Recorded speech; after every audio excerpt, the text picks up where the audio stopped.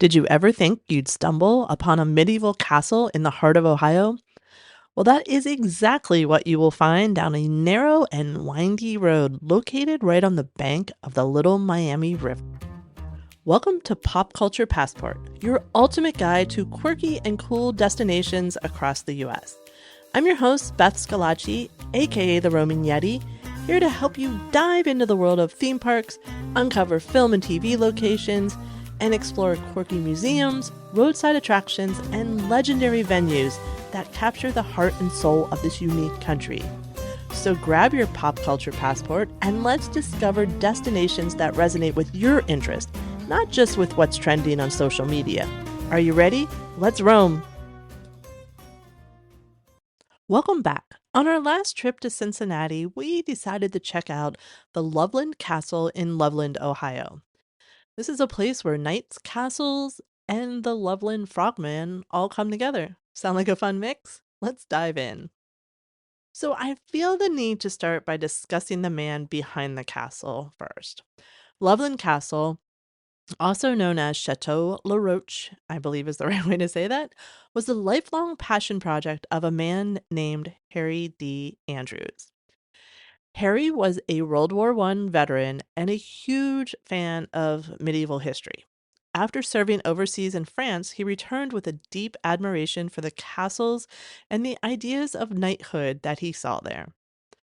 But it wasn't just the history that fascinated him, it was the code of honor that knights lived by. After the war, Harry founded the Knights of the Golden Trail, a group unlike your typical social club.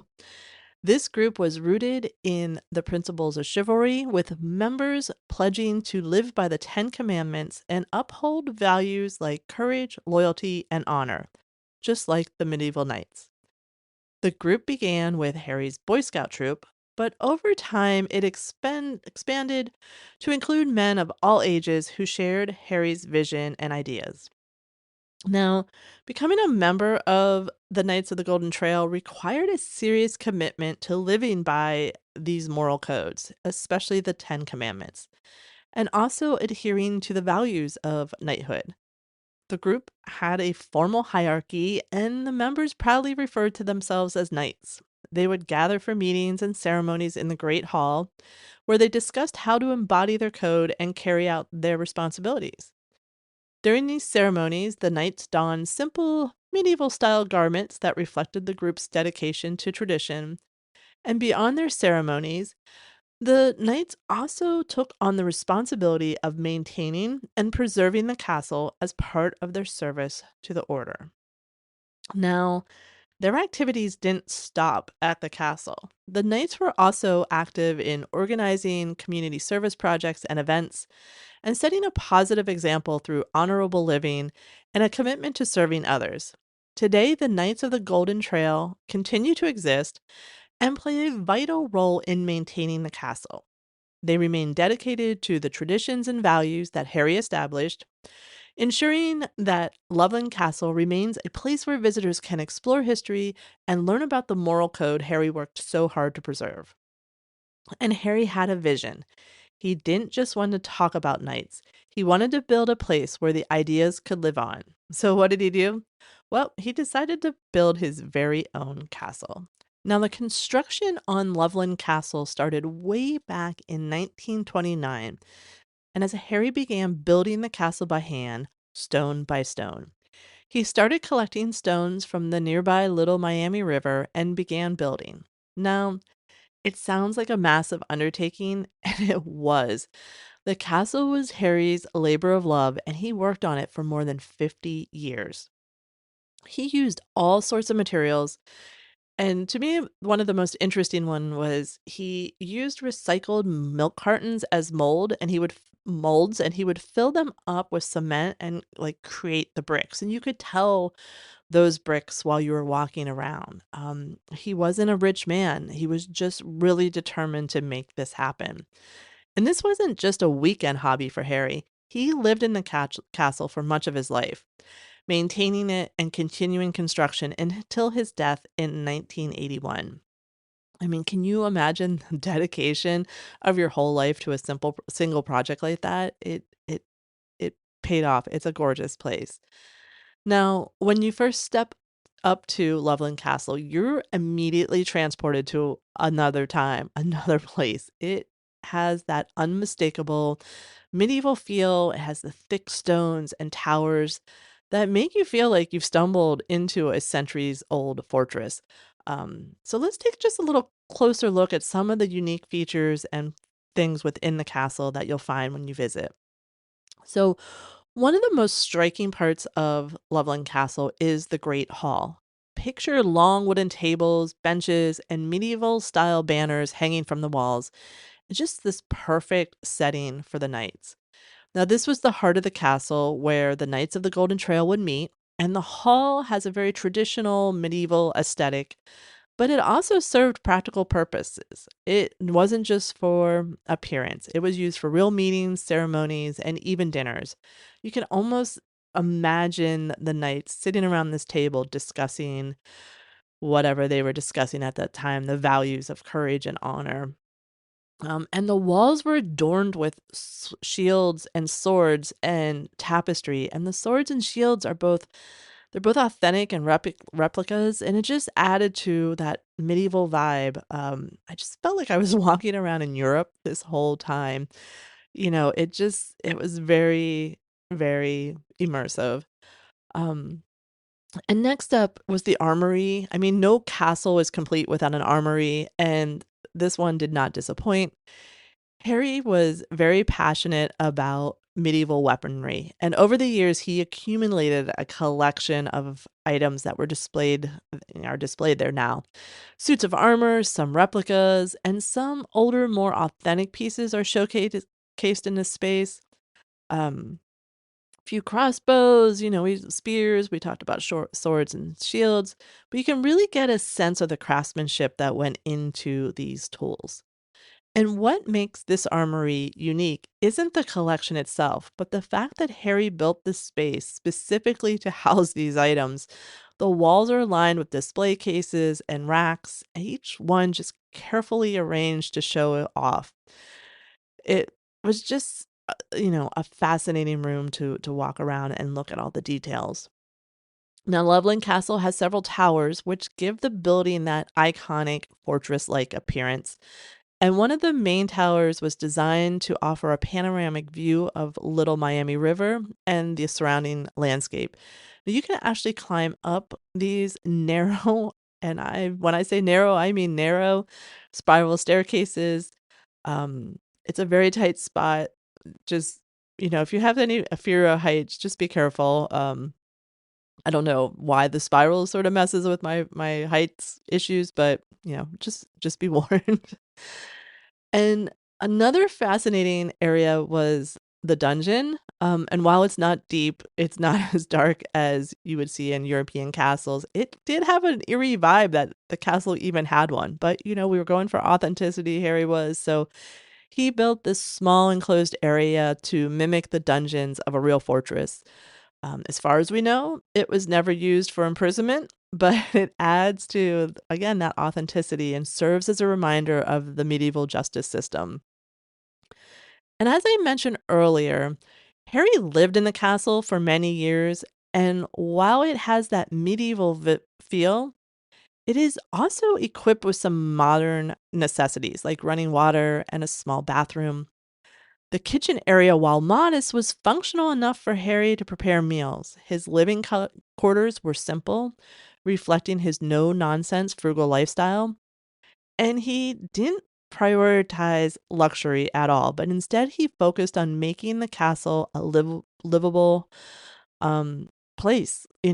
You can still see the remnants today of his daily life scattered throughout the castle, which makes it to me even more interesting that as he was building this thing as he was living in it. It was really cool. Now, beyond the weapons and armor, the castle is filled with personal artifacts from Harry's life and his devotion to medieval ideas. There's photographs and letters and items from his time in the war. You can see newspaper clipping about the construction and photos of Harry working on it over the years. The furniture in the castle is largely handcrafted, reflecting, again, that medieval aesthetic. Heavy wooden tables and chairs, and, there's items on display like manuscripts and documents related to the knights, as well as some of Harry's personal belongings. Now, outside of the castle, it's surrounded by a beautiful garden. We were there in October, so it was definitely not in its full glory because it was fall, but it's just such a peaceful area out there. The gardens usually have medieval herbs and flowers and Ohio plants that are native to Ohio there. And it's not just for show, it was really designed to reflect the types of plants you would find in a medieval garden. There's plenty of stone pathways, benches, and things to walk around. Um, do you remember the cryptid episode with the Loveland Frogman? Yeah, there's actually a part of the garden that's sort of a seems like it references the Frogman, few statues and other playful nods, to the local legend, sort of hidden within the one part of the garden, and it just has this whimsical touch that it was just really fun to see, again, an area embracing a cryptid. So if you are thinking about visiting Loveland Castle, and I do encourage you to do it if you're there, it's open from spring through fall, and the hours are usually 11 a.m. to 5 p.m., but definitely check their website just in case hours change or there's an event going on. And get this, like the admission is only $5. It's just one of those amazing budget-friendly stops that, it's just perfect for an outing or, even if you're just in the mood for something different. They also in the fall host ghost tours around Halloween, which adds a spooky vibe, which I think would be a lot of fun. And you can even rent the castle for events. So imagine a wedding there. How about that for your fairy tale setting? Now, I do feel I need to warn you again about the road leading down to the castle. It is very windy and it's very narrow. So just be prepared. There's room for two cars. They fit on the road. It just feels like they're not going to. So just take your time, but it's totally worth it. So, walking around the castle and its grounds was just like walking through something you would see at a theme park. But no, like it's real and it was built as part of Harry Andrews' passion and dedication. I mean, he had a dream and he spent his life building it brick by brick. And I didn't know what to expect before we got there because I didn't know the story behind it. I just knew there was a castle down a road that I was like, "Well, I have to check that out." Right. But I mean, we just really enjoyed our time. I would totally go back again. Apparently, they have some wine tastings and other events that would be fun to attend. Like I said, it was just so cool to see this one person's vision come to life and be shared with us. And so, again, if you ever find yourself near Cincinnati, I highly recommend taking a trip to the castle, and who knows, you might run into the Loveland Frogman while you're there. So today on my Yeti's pop pick, I want to get something off my chest. So this is the time of year that always brings around the big debate. And that is, when is it okay to decorate for the holidays? Some people start right after Halloween, and others who think it shouldn't be done until after Thanksgiving. I have heard, and I would love to hear from some of our international listeners because they don't celebrate Thanksgiving. So they spend all November and December getting into the holiday spirit. But here's my take: the right time to decorate is when you want to decorate, as long as you're not breaking some like township or, outdoor HOA rule or something like that. But I mean, you can always start inside, right? As you know, here at the Roman Yeti, we believe in traveling your way and we believe the same for decorating. Life is short, it can totally be challenging. So try to do this stuff and travel to the places that make you happy. But I would love to know, when do you start decorating? Click the send us a text link in the show notes and let me know. And with that, we add another stamp to our pulp culture passport. I hope this episode inspires you to get out and explore all that is quirky and cool, even in your own backyard. Follow, download, and subscribe so you don't miss future episodes. Please tell a friend and leave a review if you like what we're doing.